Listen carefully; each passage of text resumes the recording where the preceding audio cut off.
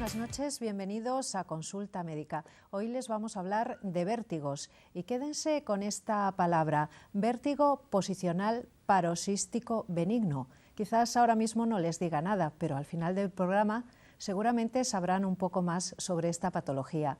Para ello contamos con nosotros hoy en nuestros estudios con el doctor Manuel Estévez, que es otorrino-laringólogo, médico y cirujano. Es el licenciado por la Universidad de Navarra y miembro de la Sociedad Española de Otorrino-Laringología. Ejerce su actividad en el Hospital Meixoeiro de Vigo y a su vez la compagina con la dirección de su clínica privada en la calle Pintor Colmeiro número 23. Doctor Estévez, muy buenas noches. Buenas noches. Bienvenido a nuestro programa. Gracias por acompañarnos. Gracias a vosotros. Bueno, ¿qué es el vértigo? Bueno, el vértigo, para decirlo en unas palabras que la gente pueda entenderlo, es una alucinación del movimiento. Es notar o sentir que uno tiene movimiento cuando no existe movimiento. Y no es necesariamente algo de que el paciente tiene que notar sensación de rotación, que es como se describe clásicamente, ¿no? Que el paciente nota como que todo le da vueltas o con la sensación de que se va a caer al suelo. Hay veces que el paciente nota sensaciones como de desplazamiento hacia los lados, como que al caminar nota como que va flotando, como que no pone los pies sobre un suelo firme, como que no es capaz de calcular bien las distancias al subir o bajar. Todo eso que son alucinaciones del movimiento es notar que hay movimiento, que no controlas tu cuerpo, sin que realmente exista ese movimiento, le llamamos vértigo. Y bueno, dentro del vértigo hay veces que se puede confundir, o que la gente lo confunde con desequilibrio o inestabilidad. Es que muchas veces va acompañado de estos dos síntomas, ¿no? De desequilibrio e inestabilidad, y hay veces que puede haber inestabilidad sin vértigo o desequilibrio sin vértigo. Esto puede ocasionar incluso que a veces el paciente se equivoque a la hora de elegir especialista, ¿no?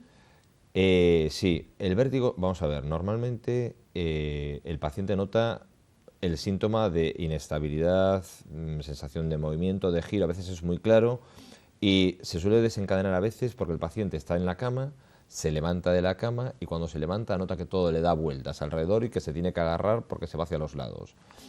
Pero hay veces que es mucho más sibilino y el vértigo se presenta de una forma más difícil de aclarar por parte del paciente y nota como que ve borroso o nota como que va flotando por la calle o nota una sensación nauseosa y de sudoración.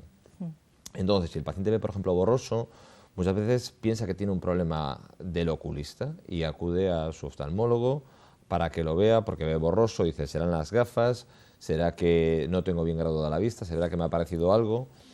Hay veces que nota una sensación como nauseosa constante, incluso a veces con vómitos, y con algo de sensación de inestabilidad, pero tampoco lo ve muy claro y piensa que puede ser un problema de digestivo, también hace que muchos pacientes vayan al digestivo, pero lo más frecuente es que el paciente vaya al otorrino o al neurólogo, ¿no? Porque muchas veces también, sobre todo cuando da con mucha lo que nosotros llamamos sintomatología vegetativa, con náuseas, vómitos, muchas veces se asocia a dolor de cabeza o sensación de presión en la cabeza, y cuando da con mucha intensidad, el paciente piensa que puede tener la cabeza, ¿no?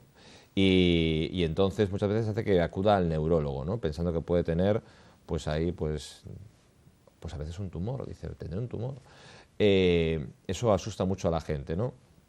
La mayoría de las veces se queda como un problema que es del oído, que la mayoría de las ocasiones tiene una fácil solución, y porque en la mayoría de las ocasiones se trata de un vértigo que nosotros llamamos posicional, que es por el desprendimiento de unas partículas que son como unas areniscas de carbonato cálcico que están dentro de los conductos semicirculares, que es la parte del oído interno que se encarga del control del equilibrio. Y haciendo una serie de movimientos... Ha traído una pequeña maqueta. Sí. ¿Podríamos explicar un poco a los telespectadores, pues bueno, Sí, cómo es el oído interno, cómo funciona y en concreto dónde están estas funciones del equilibrio? Sí, vamos a ver. Fundamentalmente, bueno, esto es un oído, aquí se ve lo que es la oreja, aquí se ve el oído medio con el tímpano, que estaría situado así, y esto es el oído interno. El oído interno tiene dos partes, una parte que se encarga de la audición, que sería la cóclea, y otra parte que se encarga del equilibrio con los conductos semicirculares. Esos conductos que digamos que tienen que estar llenos de un líquido que debe estar limpio.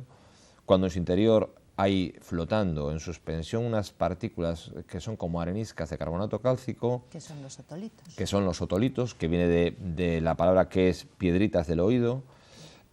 Pues lo que hace es estimulan unos sensores por succión, que hace que originen una corriente eléctrica que a su vez provoca un movimiento del ojo. Todo este conjunto de manifestaciones del movimiento del ojo, de la corriente que nosotros llamamos endolinfática dentro de los conductos semicirculares provocada por esa succión de los otolitos, origina una sensación de giro, de movimiento en el paciente, que a veces acompaña incluso de vómitos. El paciente suda intensamente y el paciente muchas veces se tiene que quedar totalmente inmóvil, no mover la cabeza para ningún sitio, porque eso le está causando pues una gran pérdida de equilibrio, y que si le pilla en la cama o sentado, normalmente el paciente es capaz de controlarlo, pero a veces si está de pie en la calle, pues puede originar incluso que se caiga al suelo. Claro. Y muchos pacientes llegan a golpearse. Entonces, un poco por volver a lo que estábamos hablando de los tipos de vértigos, y el que el paciente muchas veces no sabe muy bien a quién acudir cuando es una cosa de este tipo. Eso ya le aclara mucho al paciente, ¿no? Cuando es con mucha sintomatología que nosotros llamamos de vegetativa, de sudoración, movimiento. Los desencadenantes típicos suelen ser agacharse al suelo para recoger algo, levantar la cabeza para mirar al techo, girarse hacia los lados. Cuando uno está metido en la cama, el girarse para un lado o para el otro de la cama, o al levantarse de la cama por la mañana. Esos son los típicos, que no deben de ser siempre los desencadenantes. Hay veces que el paciente dice no, pues le preguntas y dice yo no estaba haciendo ningún movimiento cuando me dio el vértigo. Y después también hay que saber que hay más tipos de vértigos, no solo es el posicional, ¿no? Hay vértigos que no suceden con cambios de posición de la cabeza en el espacio y que aparecen de forma brusca, y puede estar el paciente, por ejemplo, dormido, como por ejemplo un vértigo de Meniere, por poner un ejemplo, ¿no? Sí, ¿no? Sí, continúa. No, y después estábamos comentando que a veces también el paciente, otro de los especialistas a los que a veces acuden también, es o al traumatólogo o al fisioterapeuta también, pensando que puede ser un problema de cervicales. Que eso ya, ahí podríamos tener alguna controversia, ¿no? Porque realmente hay muchos especialistas, y de hecho la Sociedad Americana de Otorrinolaringología no reconoce la existencia del vértigo cervical. Otros especialistas dicen que sí, que existe, pero bueno, no hay una unanimidad en el diagnóstico, y es un poco un diagnóstico de exclusión. Digamos que vértigo de cervicales llamamos a un paciente que tiene problemas del cuello, de cervicales, y que además tiene un vértigo de origen, en principio, no aclarado o desconocido. Entonces, se mete ahí un poco en ese cajón desastre, pero que muchas veces los pacientes, sabiendo que tienen pues una contractura en el cuello, que tienen dolores en la espalda y que tienen además un vértigo asociado, dicen, bueno, será de cervicales. Lo que pasa es que muchas veces en las cervicales el problema de dolor o contractura en el cuello no es la causa del vértigo, sino que muchas veces es la consecuencia del vértigo. Muchos pacientes, cada vez que desencadenan un movimiento, o sea, que levantan la cabeza o se giran, tienen un vértigo y dicen, anda, pues tiene que ser de cervicales. Sí. Además, normalmente el paciente desarrolla mecanismos para evitar la producción del vértigo, como por ejemplo el ponerse muy rígido y ir como el palo de una escoba, va muy recto y muy contraído para evitar que se le desencadene dicho vértigo. Entonces el paciente ya cuando hace un movimiento se agacha, y se agacha prácticamente de pie. Cuando se gira prácticamente sin mover la cabeza, un poco buscando evitar ese giro. Siempre temiendo que se le vuelva a desencadenar otro episodio. Exacto. Y entonces lo que hace que el paciente muchas veces es esa tensión muscular que genera en toda la zona cervical es producida de forma o consciente o inconsciente por parte del paciente para evitar esa generación de ese vértigo, esa producción del vértigo, que como comentábamos antes era por un movimiento. Bueno, pues vamos a centrarnos un poco en el vértigo posicional, en primer lugar, luego hablaremos del de Meniere y de los otros. ¿Cómo se produce el vértigo posicional? Bueno, el vértigo posicional un poquito ya lo hemos esbozado, ¿no? Sí, y el vértigo posicional se produce por eso, por el desprendimiento de areniscas, de unas partículas en el oído interno, concretamente en lo que comentábamos antes, en estos conductos semicirculares. Y un poco el diagnóstico de este vértigo se hace basándose en el movimiento que tiene el paciente en los ojos cuando simultáneamente tiene el vértigo. Nosotros cuando recibimos al paciente por primera vez en la consulta, le preguntamos qué es lo que le ha producido el vértigo. Entonces te dice muchas veces el paciente, bueno, pues lo llevo teniendo desde hace una semana o 2 semanas, pero concretamente hoy por la mañana, cuando me levanté de la cama... Estamos viendo las imágenes. Sí, exacto. Cuando me levanté de la cama noté que todo me daba vueltas. Entonces lo que hacemos al paciente, lo tumbamos en una camilla e intentamos reproducirle el vértigo, ¿no? A veces eso que vemos ahí son unas gafas de videohistamografía, digamos, para provocarle de forma, entre comillas, artificial, un vértigo, un mareo al paciente, un movimiento en los ojos del que podamos obtener un registro, y esos datos los analiza un ordenador y nos da información sobre el tipo de movimiento del ojo. Es decir, que nosotros llamamos los nistagmos, nos miden si hay más nistagmos para la derecha o para la izquierda y qué intensidad tienen, y después hace una comparativa, ¿no? Eso, por ejemplo, es un movimiento nistágmico, que vemos que el ojo se está desplazando, está batiendo hacia un lado, y eso es característico de los pacientes con vértigo. Entonces, al paciente, como comentamos antes, lo tumbamos en una camilla y vemos cómo se mueven los ojos. El movimiento del ojo es el que nos va a dar la localización del canal que está afectado, ¿no? Tenemos 3 canales en el lado derecho y 3 canales en el lado izquierdo. Tenemos que saber exactamente cuál es el canal que está mal. Y haciéndole una serie de giros en una camilla al paciente, lo que hacemos es reconducir esas partículas que están sueltas en los conductos o en el conducto para llevarlas al sitio donde tienen que estar, que se llama el utrículo, que es esta zona de aquí del centro.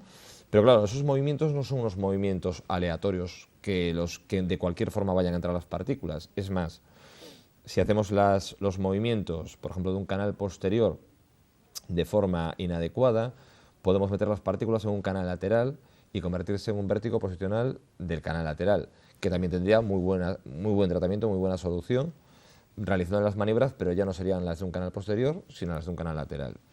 Pero en cualquier caso, mediante maniobras, que muchas veces es una sola sesión, y a veces hay que repetirlas. Hay pacientes que de hecho tienen un vértigo posicional recidivante y prácticamente a lo mejor todos los meses o cada 6 meses lo tienes que ver en la consulta porque le ha vuelto a venir el vértigo, pues hay que tratarlo. De todas formas, dado que es un tratamiento totalmente incruento, sencillo, que no tienes que dar fármacos, es muy bien tolerada por el paciente. Depende también de la intensidad y de la duración. Pero bueno, suele ser un vértigo que, aunque es de gran intensidad, suele durar segundos. Es muy raro que un vértigo posicional dure más de 1 minuto. Puede durar más de 1 minuto, pero no es lo normal. Suele durar segundos y es autolimitado. Es decir, cuando el paciente está quieto, desaparece esa sensación vertiginosa. Lo que pasa es que si el paciente vuelve a provocar el movimiento, se vuelve a desencadenar. Esto, en muchas ocasiones, limita mucho la vida del paciente. Hace que el paciente se vuelva muy temeroso de salir solo a la calle, de realizar cualquier tipo de movimiento. Llegan a generar fobias, como el miedo a los espacios abiertos. Buscan siempre tener referencias visuales de pues una pared, algo donde apoyarse, y cuando ven un espacio abierto en lo que no ven realmente algo vertical donde poder apoyarse en el caso de que les dé el vértigo, eso les genera mucha ansiedad y mucha inseguridad. Y hay veces que no son capaces de salir solos a la calle, tienen que ir acompañados. En ocasiones tienen que llegar a ayudarse, sobre todo en la gente mayor, de un bastón, porque eso también les genera algo de inestabilidad. Y bueno, sabiendo que con unas maniobras se soluciona, pues lo que hay que hacer, a pesar de que mucha gente le da un poco de miedo el someterse a esos giros, pues es realizarlo. En el peor de los casos, yo siempre digo, en el peor de los casos se queda como está. Claro. Peor no se va a quedar. Sí. Y después, bueno, hay otros tipos de vértigo que realmente con las maniobras no se solucionan. Son otro tipo de vértigos, pues, por ejemplo, el Meniere o una neuronitis vestibular, que habría que dar el tratamiento adecuado. ¿Por qué se produce ese desprendimiento de los otolitos? ¿Se saben las causas? Bueno, el 40% de los vértigos posicionales se llaman, que se dice, idiopáticos. Idiopáticos significa que no se sabe cuál es su origen, ¿no? Pero después hay otros pacientes que tienen unos antecedentes claros de o un traumatismo en la cabeza, un golpe en coche, los golpes de estos de alcance por detrás en coche, que van asociados casi siempre al latigazo cervical, que antes eran todos encasillados dentro de vértigo cervical, hoy en día se sabe que muchos de estos vértigos son vértigos posicionales y que se han producido porque, debido al impacto del coche, el paciente que iba dentro, se ha producido una desaceleración brusca sobre sus conductos semicirculares, se han desprendido esas partículas y han quedado flotando dentro de esos conductos semicirculares. Y de hecho, cuando al paciente lo tumbas, le ves el nistagmo, que es, digamos, prácticamente exclusivo de ese vértigo posicional, y lo tratas mediante maniobras y el paciente se recupera y se cura. Quiero decir que eso está bastante demostrado, que muchos accidentes de tráfico que estaban etiquetados como vértigos cervicales en realidad son vértigos posicionales. Entonces, como decía, causas son traumatismos craneales, golpes también en la zona cervical, aceleraciones o desaceleraciones bruscas, infecciones víricas. Se sabe que después de las neuronitis vestibulares un porcentaje relativamente grande de pacientes pueden presentar vértigos posicionales. Y después hay vértigos posicionales que se asocian a enfermedad de Meniere, es decir, hay pacientes que coexisten los dos tipos de vértigos, lo cual hace que en ocasiones sea difícil poder llegar a un diagnóstico muy claro en el primer momento, ¿no? Porque es un paciente que tiene ya una pérdida de audición unilateral, con ruidos en un oído, entonces ya queda rápidamente encasillado en un vértigo de Meniere y no se presta tanta atención que puede tener además un posicional. Porque el hecho de tener un Meniere no te excluye el que tengas un vértigo posicional. Doctor, ¿y esto puede pasar a cualquier edad o hay algún grupo de riesgo prioritario?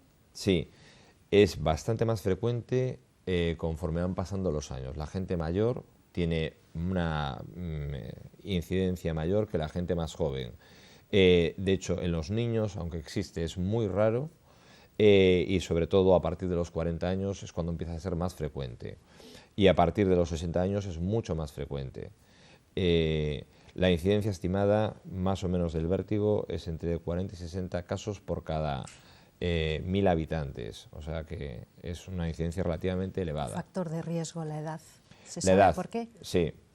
Se piensa que es porque es más fácil que se desprendan esas partículas por el envejecimiento de las máculas, pero bueno, son todo hipótesis que no tienen una demostración todavía mediante unos ensayos clínicos, pero bueno, eso es una de las posibilidades.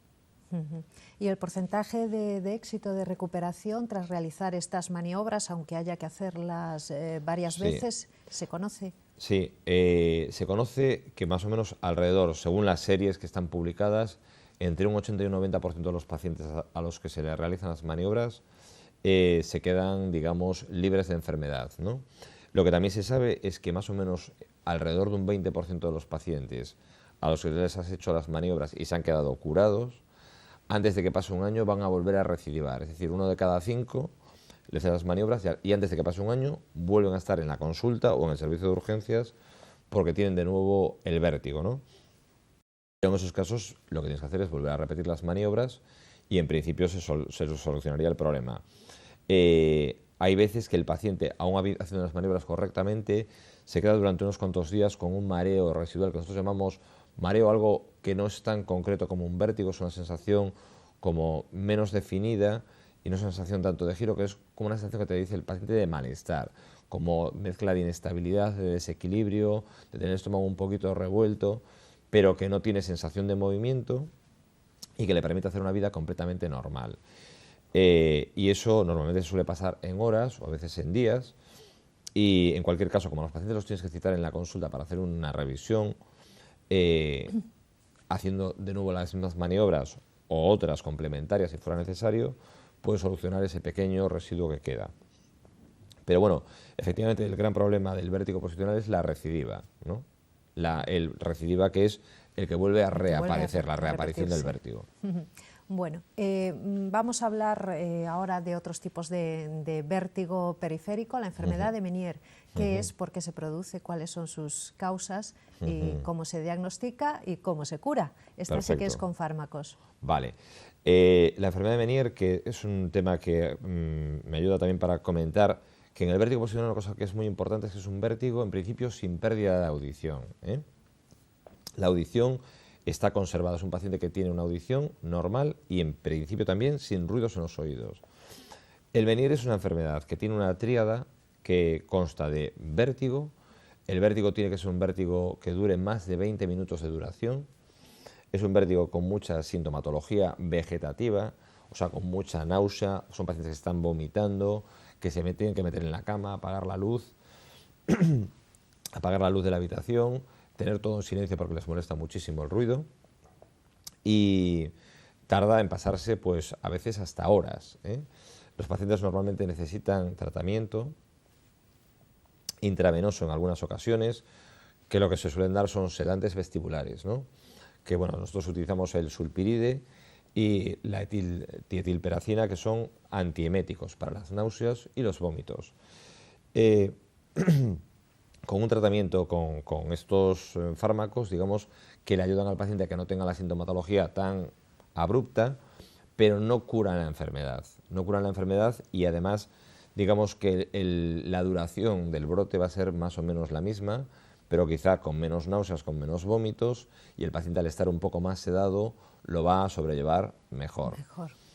Y el vértigo de Meniere, aparte de tener esas crisis de vértigo que comentábamos, que son de más tiempo de duración, mucha más intensidad, y que al paciente lo dejan completamente incapacitado para realizar cualquier tipo de actividad, se asocian a ruidos en el oído y pérdida de audición, que es unilateral. La pérdida de audición debe ser unilateral, de tipo neurosensorial, es decir, que afecta al oído interno, no es por un problema de oído medio. Y los ruidos normalmente, que son variables, no tienen por qué ser constantes, normalmente preceden a la crisis en el aumento de su intensidad. El paciente que tiene una enfermedad de Meniere, no siempre, pero en muchas ocasiones, momentos previos, segundos o minutos previos a la aparición de la crisis fuerte, tiene una sensación de presión en la cabeza, nota que le aumenta la intensidad de su pitido, de su ruido, y al cabo de unos segundos o minutos se aparece la crisis de vértigo, que normalmente también va acompañada de una bajada de audición.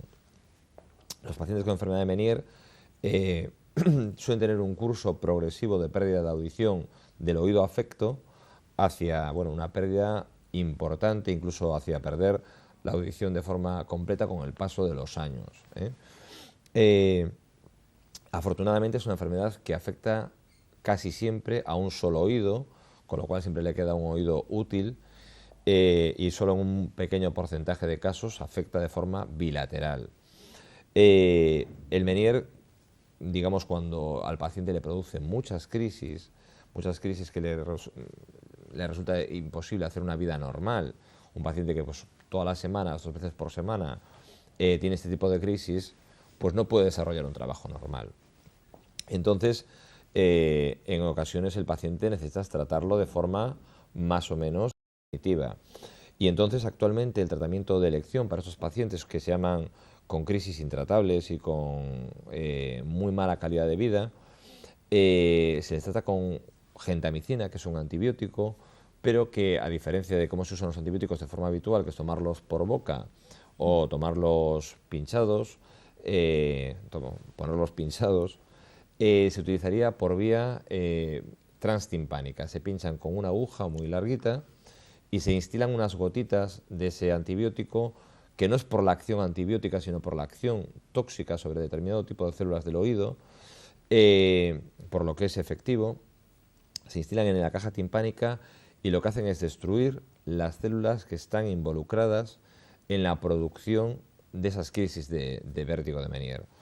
Entonces, evidentemente, cuando pinchas el oído con una aguja, eso dolería, con lo cual hay que hacer previamente a la instilación de esas gotitas, poner, como la anestesia que ponen los dentistas habitualmente, un poquito de anestesia en la parte de fuera del conducto.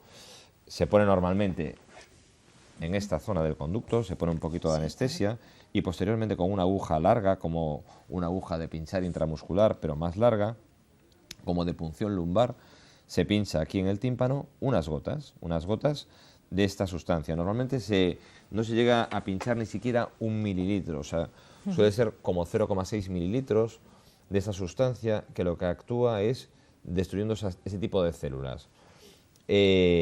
Posteriormente, esto es un tipo de intervención que es ambulatoria, se hace en la consulta y el paciente entra andando en la consulta y se va andando para su casa. ¿Es molesto? No. Y normalmente el paciente lo tolera muy Bastante bien. Lo único que duele un poquito es el pinchazo de la anestesia en el conducto, que es una aguja muy finita y es de las agujas con las que se pincha a la gente la insulina. Y se pone pues una cantidad de anestesia muy baja, que lo que hace es dormir un poquito el conducto, con lo cual el paciente, cuando le pinchas la gentamicina, no siente nada de dolor. Y el paciente normalmente lo dejas sentado en observación entre 15 minutos y media hora para ver cómo responde a la inyección de la gentamicina, que en la mayoría de los casos el paciente se mantiene asintomático y se va para su casa tan tranquilamente. Es advertido el paciente que en las primeras horas, en las primeras 24-48 horas, puede tener alguna crisis de vértigo y se le da un tratamiento para combatirlo en el caso de que lo tuviera. Que bueno, no suele ser habitual tener crisis de vértigo en las primeras 24-48 horas y la gran mayoría de los pacientes evolucionan muy bien con sus tratamientos, de tal forma que su número de crisis en muchos casos desaparecen y en otros casos disminuyen en intensidad y en frecuencia. Esto hace que en algunas ocasiones haya que volver a repetir la inyección de gentamicina y el paciente, sabiendo cómo lo ha tolerado la primera vez, suele ser bastante proclive a volverse a pinchar, viendo que sus crisis han disminuido en intensidad, en frecuencia y que tienen una calidad de vida muy mejorada, aunque no del 100%. Luego tenemos otro tipo de vértigos, los llamados centrales, ¿no? Sí, vamos a ver, los vértigos, claro. Una cosa que es importante, bueno, esto digamos que los vértigos los dividimos en dos grandes grupos. Vértigos periféricos, que periféricos es cuando hablamos del oído, y vértigos centrales cuando hablamos del sistema nervioso central, que incluiría, bueno, cerebro, tronco cerebral y cerebelo. Los vértigos más frecuentes son los periféricos, con mucha diferencia. Y los vértigos centrales es muy raro que den de forma pura como un vértigo aislado. Suelen asociarse a otra sintomatología. Entonces, eso muchas veces ya te pone sobre la pista. Al paciente hay que hacerle una exploración neurológica, buscando que no tenga pues pérdida de fuerza en extremidades, en piernas, brazos, que tenga una asimetría. Estamos viendo imágenes de algunas de esas pruebas que se practican a los pacientes. Sí, después, bueno, en los vértigos centrales, que bueno, por poner un ejemplo, pues uno de ellos puede ser, por ejemplo, una esclerosis múltiple, puede debutar incluso como un vértigo y el síndrome vértigo puede estar dentro de esa enfermedad, que es una enfermedad desmielinizante, pero lo normal es que los pacientes que veamos en la consulta, la gran mayoría son vértigos periféricos, pero tienes que saber descartar un vértigo central y a veces tienes que recurrir a pruebas de imagen, como pedir una resonancia nuclear magnética para descartar que no haya otro problema, que dependiendo de la exploración que tenga el paciente y de los datos que te puedan aportar las pruebas complementarias, a veces hace necesario recurrir a la petición de algún tipo de prueba de imagen. Normalmente nosotros las pruebas que hacemos en la consulta son una exploración del paciente, un buen interrogatorio. Normalmente el propio paciente te da el diagnóstico casi siempre del vértigo que tiene, comentándote cómo se desencadenan las crisis, cuánto le duran, si tiene pérdida o no tiene pérdida de audición, si le pitan los oídos o no, si le ha supurado o no un oído, que también puede influir, ¿no? Tienes que hacer siempre una exploración de los oídos buscando que no tenga moco, que no tenga un tapón de cera, que no tenga una perforación timpánica, pues otro tipo de problemas como puede ser un colesteatoma o lo que es patología normal de oído medio. Siempre debes de descartarla. Y después de esa exploración básica, en la que consta también una exploración de vías respiratorias altas, normalmente ves pues, la trompa de Eustaquio, ves lo que nosotros llamamos el cavum. Debes hacer también, dentro de las pruebas complementarias, una audiometría y debes hacer una timpanometría.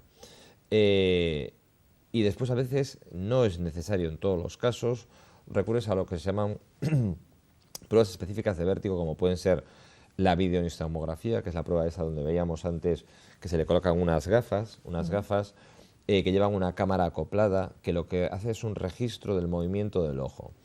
Y a veces también recurres a lo que se llama posturografía, que es colocar al paciente sobre una plataforma que tiene unos sensores que lo que detectan es las variaciones del centro de gravedad sobre dicha plataforma. Entonces, esas pruebas te aportan información, pero realmente lo que más importante es para nosotros y lo que nos da la clave del diagnóstico es fundamentalmente un buen interrogatorio, una buena historia clínica y después la exploración básica con otoscopia y la audiometría. ¿Y cuántos pacientes acuden con estos síntomas? ¿Tienen una media al día, a la semana? ¿Es más frecuente de lo que creemos realmente? El vértigo es una patología muy frecuente. Lo que pasa es que muchos pacientes, y es una patología que cada vez acude más a las consultas de otorrino. Lo que pasa es que muchos pacientes, cuando presentan el vértigo, la crisis, acuden al servicio de urgencias por lo llamativo de su crisis, por lo mal que se encuentran, se les da tratamiento en ese momento, se les pasa esa crisis fuerte, se van para su casa.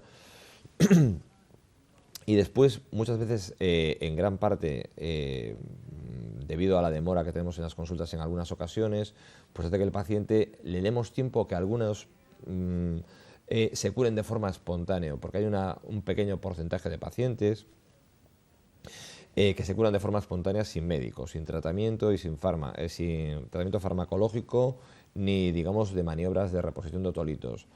Entonces eso hace que muchos pacientes no lleguen a la consulta. Después otros son tratados por sus médicos de cabecera, con lo cual tampoco llegan a la consulta de otorrino. Pero bueno, lo que sí que es cierto es que hay pacientes que ellos mismos tienen un vértigo que les permite realizar una vida más o menos normal y ellos pues no se ven lo suficientemente mal como para tomar la decisión de acudir al médico. Entonces están, digamos, no diagnosticados, padecen la enfermedad, les permite hacer una vida normal, pero ellos mismos no toman la decisión de ir al médico, con lo cual sabemos que hay más pacientes de los que vienen a la consulta. De todas formas, probablemente el vértigo, según estadísticas, es de los problemas más frecuentes de las consultas de otorrino. Doctor Estévez, pues no queda tiempo para más. Yo seguiría hablando con usted media hora más o más tiempo, pero ya hemos concluido. Perfecto. Lo fundamental yo creo que está dicho. Yo creo que los telespectadores ya saben un poco más y cuando les hablen de vértigo posicional, pues sabrán lo que es. Muchísimas gracias por acompañarnos esta noche en Consulta Médica. Nos vemos en próximos programas. Por aguantarnos. Venga, muchas gracias. Y a ustedes recuerden que les esperamos la próxima semana en Consulta Médica. Muy buenas noches.